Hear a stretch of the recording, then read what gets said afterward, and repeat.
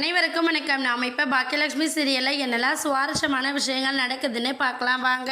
Gopi plan போடுறபடி இனியாவோட கல்யாணம் நடக்கக்கூடாது அப்படின்னு நீங்கள் நினச்சிங்கன்னா இந்த வீடியோவுக்கு ஒரு லைக் போடுங்க.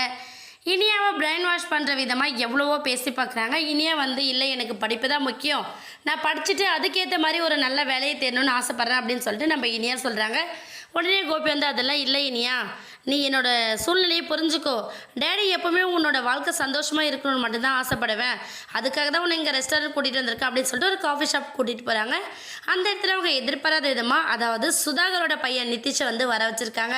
வர வச்சு அவங்க 2 பேர் பேசிட்டோம், அவங்களுக்குள்ள ஒரு நல்ல அண்டர்ஸ்டாண்டிங் வந்துச்சு. அதுக்கப்புறம் கல்யாணத்தை பண்ணி வச்சிடலாம் அப்படின்னு சொல்லிட்டு நம்ம கோபி தப்பு கணக்கு போட்டு கூட்டிகிட்டு வந்துட்டாங்க. அதே போல் நிதிஷும் நம்ம இனியா கிட்ட ரொம்ப சுவாரஸ்யமாலாம் பேசிக்கிட்டு இருக்காரு. இனியா அவர் மேலே பெருசாக ஒரு அஃபேர் இல்லாத மாதிரி பேசிக்கிட்டு இருக்கிறதையும் பார்க்குறாரு கோபி.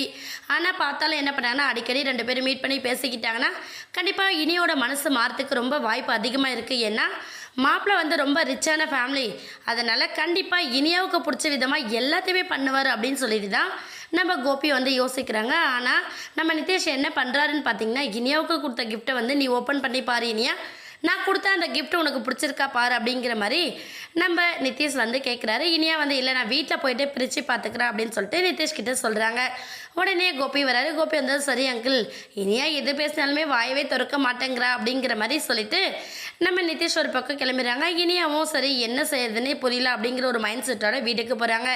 வீட்டில் போயிட்டு நம்ம பாக்கியாக்கிட்ட இந்த விஷயத்தை பற்றி ஷேர் பண்ணுறாங்க. அம்மா, அப்பா இன்றைக்கி என்னை காஃபி ஷாப் கூட்டிகிட்டு போனார், அந்த இடத்துல மாப்பிள்ளை வந்திருந்தார், அதாவது அந்த நிதிஷும் வந்திருந்தாங்க அப்படின்னு சொல்லிட்டு நம்ம இனியா சொல்கிறாங்க. இதை கேட்டதுமே பாக்கியா ரொம்ப டென்ஷன் ஆயிடுறாங்க. என்ன இனியா சொல்கிறேன், நிச்சயதார்த்தத்தை வச்சுக்கலான்னு சொன்னாங்க, அதுக்கு முன்னாடி இந்த ஏற்பாடுகள்லாம் எதுக்கு அவருக்கு இந்த தேவையில்லாத வேலை, நீ தான் கல்யாணமே வேண்டான்னு சொன்னல, அப்புறம் எதுக்காக நீ அவரை மீட் பண்ண அப்படிங்கிற மாதிரி இனியா கிட்டே கேட்குறாங்க. இனியா இல்லைம்மா, டேடி சும்மா தான் கூட்டிகிட்டு போகிற மாதிரி போனார், கடைசியில் பார்த்தா அவரை வர வச்சுருக்காங்க, எனக்கு அங்கே போனதுக்கப்புறம் தான் தெரிஞ்சது அப்படிங்கிற மாதிரி இனியாவும் சொல்கிறாங்க.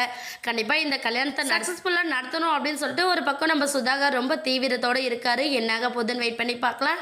இந்த வீடியோ உங்களுக்கு பிடிச்சிருந்தா மறக்காமல் நம்ம சேனலை சப்ஸ்கிரைப் பண்ணுங்கள். தேங்க்யூ.